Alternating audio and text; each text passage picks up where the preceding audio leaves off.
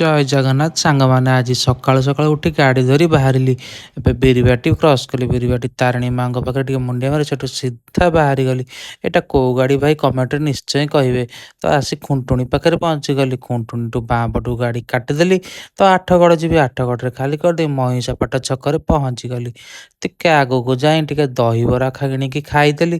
ଦହିବରା ଖାଇ ସିଧା ମାଡ଼ି ଚାଲିଲି ବଁରପାଳରେ ଆସି ପହଞ୍ଚିଗଲି। ସେଠି ମାଲ୍ ଖାଲି କରିଦେଇ ସିଧା ବିଲ୍ ନେଇକି ସେଠୁ ସିଧା ବାହାରି ଗଲି ଅନୁଗୁଳ। ଅନୁଗୁଳ ଟ୍ରାଫିକ୍ ପାଖରେ ପହଞ୍ଚିଲା ବେଳକୁ ବହୁତ ସାରା ଜାମ୍ ଲାଗିଛି। ତ ସେଠୁ ଆସି ମୁଁ ପହଞ୍ଚିଗଲି ଅନୁଗୁଳ ପାଖରେ। ଅନୁଗୁଳ ଲୋକେସନରେ ପହଞ୍ଚିକି ଯାହା ମାଲ୍ ଥିଲା ସେଠି ଖାଲି କରିବାରେ ଲାଗିଲି। ତ ଧୀରେ ଧୀରେ କରି ସବୁ ମାଲ୍ ଏଠି ଖାଲି କରିଦେଇ ସିଧା ମୁଁ ବାହାରିଗଲି ଛେଣ୍ଡିପଦା।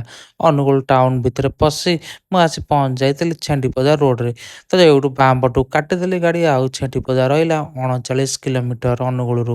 ତ ସିଧା ମାଡ଼ି ଚାଲିଲି ଛେଣ୍ଡିପଦା ଜଙ୍ଗଲ ରୋଡ଼ ଦେଇ। ଏବେ ଯାଉଛି ଦେଖିପାରୁଥିବେ ସାଙ୍ଗମାନେ। ତ ଛେଣ୍ଡିପଦା ଜଙ୍ଗଲ ଦେଇ ମୁଁ ଏବେ ସିଧା ମାଡ଼ି ଚାଲିଲି ଛେଣ୍ଡିପଦା। ତ ସେଠୁ ଖାଲି କରିଦେଇ ଛେଣ୍ଡିପଦା ଏବେ ଜଗନ୍ନାଥ ମନ୍ଦିର ପହଞ୍ଚି ଛେଣ୍ଡିପଦା ବଜାର ଉପରେ ଖାଲି କରି ଏବେ ଆସି ପହଞ୍ଚିଗଲି ଅନୁଗୁଳରେ। ଆସୁ ଆସୁ ଭୂଷଣ ଟୋଲଗେଟ୍ ବି ପାର କରିଗଲି। ସେଠୁ ଆଗକୁ ଆଇଲା ଦିଟା ଗାଡ଼ି ବାଲା ଝଗଡ଼ା ଲାଗିଛନ୍ତି। ମୁଁ ସେଠୁ ବାହାରି ଆସିଲି। ଆଗକୁ ଆସିଲା ପରେ ବହୁତ ଜୋର ନିଦ ଲାଗିଲା।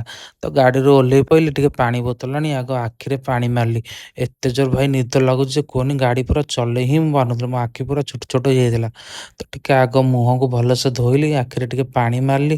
ତ ଟିକେ ପାଣି ପିଇବି ଏଠୁ ସିଧା ବାହାରିଗଲି। ଜୟ ଜଗନ୍ନାଥ ସାଙ୍ଗମାନେ।